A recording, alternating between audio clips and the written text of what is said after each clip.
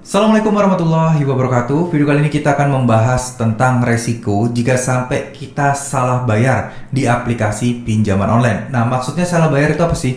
Berbagai macam ya, mulai dari salah nominalnya, salah kode virtual account-nya, dan juga salah-salah yang lainnya ya. Misal kalian bayar kurang, nah terus atau mungkin kalian bayar kelebihan atau mungkin kedobelan. Nah, ini yang perlu dihati-hati ya, karena banyak orang-orang yang pernah atau sering melakukan kesalahan yang secara tidak disengaja dan itu uangnya sulit kembali.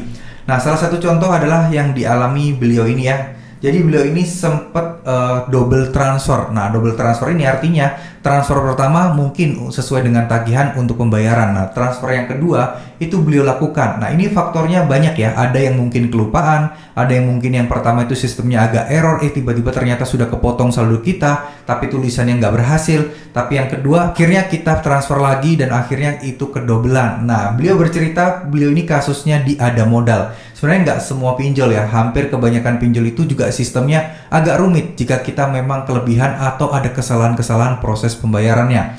Beda dengan kartu kredit. Kalau kartu kredit itu kalau kita salah bayar pun uang kita itu akan masuk ke saldonya, akan menjadi saldo kredit. Siapa tahu di mana itu akan menjadi saldo positif. Maksudnya kalau misalnya kalian ada tagihan, ya akan dikurangin saldo itu tadi. Saldo itu tadi sudah akan mengendap di kalian. Jadi ketika ada tagihan berikutnya, kalau uang kalian sebelumnya yang kalian salah bayar itu masih ada dan lebih besar dibandingkan tagihan yang kalian lakukan, maka kalian tidak akan ada tagihan di bulan berikutnya. Nah, sama di kartu kredit itu tidak akan bisa ditarik lagi juga ya, tidak akan bisa diambil menjadi sebuah uang.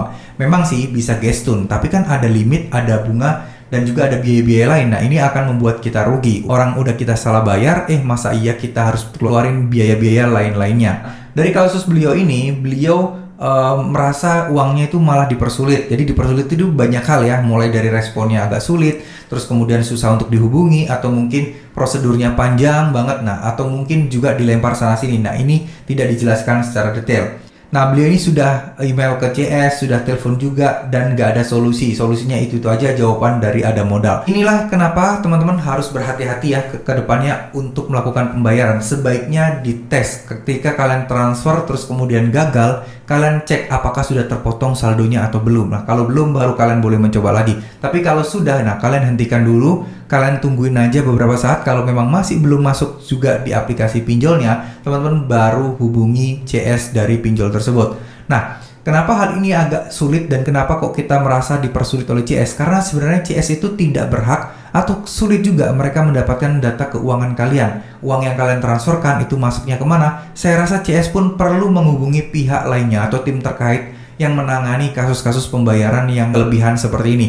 Jadi itulah penyebab kenapa kok uang kalian akan sulit sekali untuk dikembalikan, akan sulit sekali balik, atau mungkin ujung-ujungnya nanti akan dipotong untuk tagihan selanjutnya. Ya, itu sebenarnya jawaban yang paling masuk akal sih, dipotong selanjutnya. Tapi sekali lagi, solusi terbaik adalah kalian harus lapor. Mau itu kalian merasa dipersulit, mau itu kalian merasa tidak ditanggepin, terus lapor. Kalau bisa setiap hari kalian lapor ya, mau email kayak WA kayak telepon secara langsung terus-menerus kayak, ya memang uang pulsa kalian akan habis di situ. Tapi ya mau gimana lagi? Kalau tidak ada kejelasan ya kalian harus kejar-kejaran terus. Ya memang kesalahan kita, tapi kan uang kita itu masuk ke dalam rekening mereka. Jadi kita berhak untuk ngejar-ngejar, kita berhak untuk mendapatkan kejelasan gimana caranya untuk menarik kembali, ataukah kalau memang tidak bisa ya mohon untuk dialokasikan untuk tagihan ke depannya. Nah, itu jauh lebih masuk akal dan juga realistis.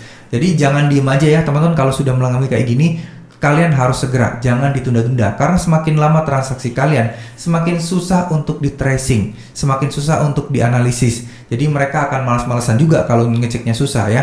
Jadi ini penting banget untuk segera lapor dan untuk segera minta ditangani prosesnya. Ya, terima kasih. Mohon maaf jika ada salah-salah kata. Wassalamualaikum warahmatullahi wabarakatuh.